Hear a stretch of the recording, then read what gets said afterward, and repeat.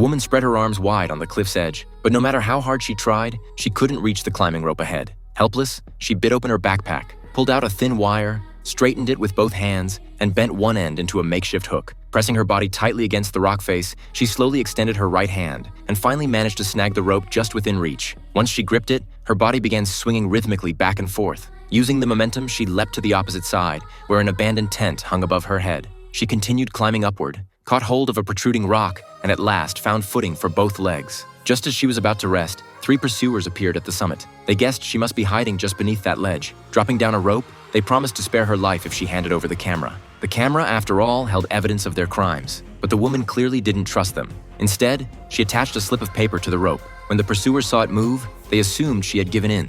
Yet when they pulled it up, there was no camera at all.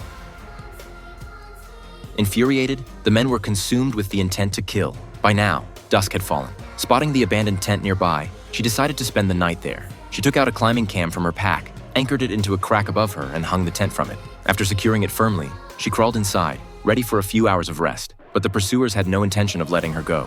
They filled a backpack with heavy objects, fastened it to a safety rope, and hurled it over the cliff. It smashed directly into her tent. Blow after blow, she was knocked clear out of the shelter. Clinging desperately to the tent's edge, she seized the weighted pack at the last moment, saving herself from plunging into the abyss. Realizing something was wrong, the men quickly cut the rope. Luckily, she managed to grip the rock face in time and scrambled back to safety. Believing they might finally give up, she calmed herself, slipped back inside the tent, and tried to sleep. But danger was already closing in. Suddenly, the men slashed the tent open, crawled inside, and seized her, demanding the camera.